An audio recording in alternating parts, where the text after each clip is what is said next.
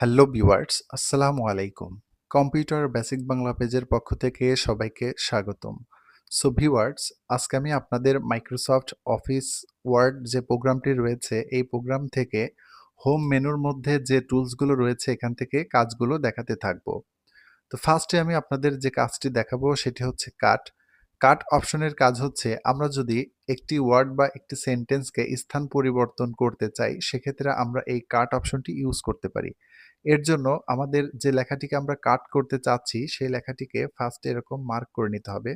Mark করে যদি আমরা এখন কাট অপশনে প্রেস করি তাহলে দেখুন সেই লেখাটি কিন্তু আমাদের এখান থেকে কাট হয়ে গেল।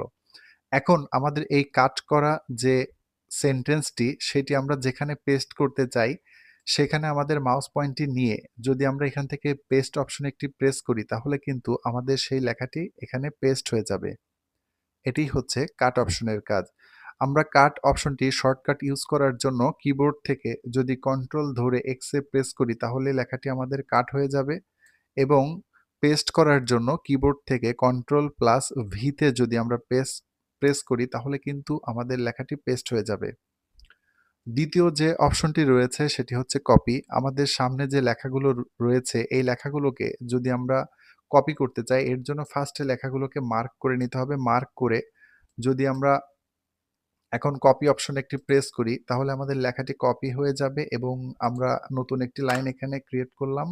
এখন এখানে যদি পেস্ট অপশনে প্রেস করি তাহলে দেখুন আমাদের একই লেখা এখানে দুটি হয়ে যাবে। এটি হচ্ছে কপি অপশনের কাজ।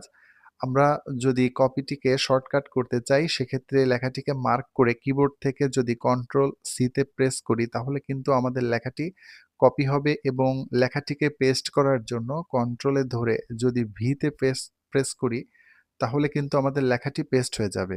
এটি হচ্ছে কাট, কপি এবং পেস্ট অপশনের কাজ। এরপরে যেটি রয়েছে ফরম্যাট পেইন্টার। ফরম্যাট পেইন্টার অপশনের কাজ হচ্ছে আমাদের এখানে যে লেখাগুলো রয়েছে, ধরুন আমার এখানে যে লেখাটি বোল্ড রয়েছে, এখন এই লেখার মতো করে যদি আমরা নিচের লেখাগুলোকে বোল্ড করতে চাই, সেক্ষেত্রে চাইলে আমরা ফরম্যাট প্রিন্টারটি ইউজ করতে পারি। এর জন্য লেখাটিকে মার্ক করে আমরা যদি এখন এখান থেকে ফরম্যাট পেইন্টার একটি প্রেস করি, তাহলে এরকম একটি অপশন আসবে। এখন আমরা যে লেখাগুলোকে মার্ক করব, সেই লেখাগুলো আমাদের সেম এই লেখার মতো এখানে বোল্ড হয়ে যাবে। এটি হচ্ছে ফরম্যাট পেইন্টারের কাজ। এরপরে যেটি রয়েছে ক্লিপবোর্ড।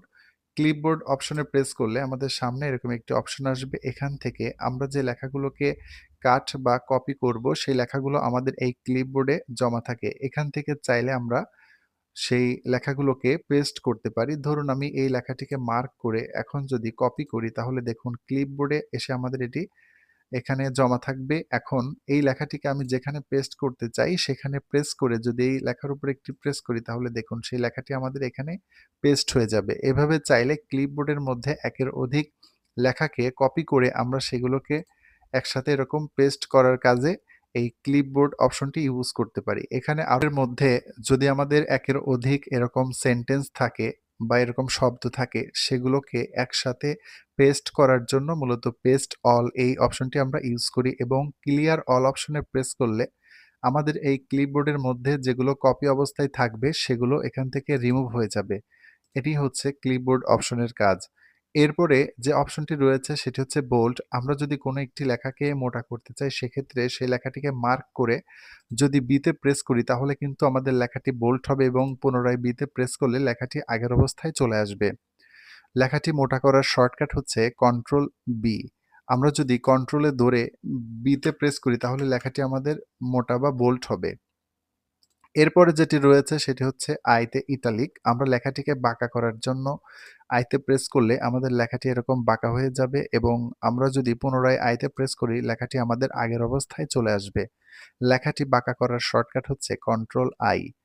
এরপরে যেটি রয়েছে আন্ডারলাইন। আমাদের এই আন্ডারলাইনের ড্রপ ডাউনে ক্লিক করলে এখানে বেশ কিছু আন্ডারলাইন স্টাইল আসবে। এখান থেকে আমাদের কাজের প্রয়োজনে যেটি প্রয়োজন আমরা এখান থেকে প্রেস করে সেটি এখানে নিয়ে নেব। এবং আন্ডারলাইনটিকে যদি কালার করার প্রয়োজন হয় সেক্ষেত্রে আমরা এখান থেকে আন্ডারলাইন কালার অপশনে এসে এখান থেকে চাইলে আন্ডারলাইনকে কালার করতে পারি। এই আন্ডারলাইনকে তুলে দেওয়ার জন্য লেখাটিকে পুনরায় মার্ক করে যদি আমরা ইউতে প্রেস করি তাহলে আমাদের আন্ডারলাইনটি উঠে যাবে। আন্ডারলাইন করার শর্টকাট হচ্ছে কন্ট্রোল ইউ।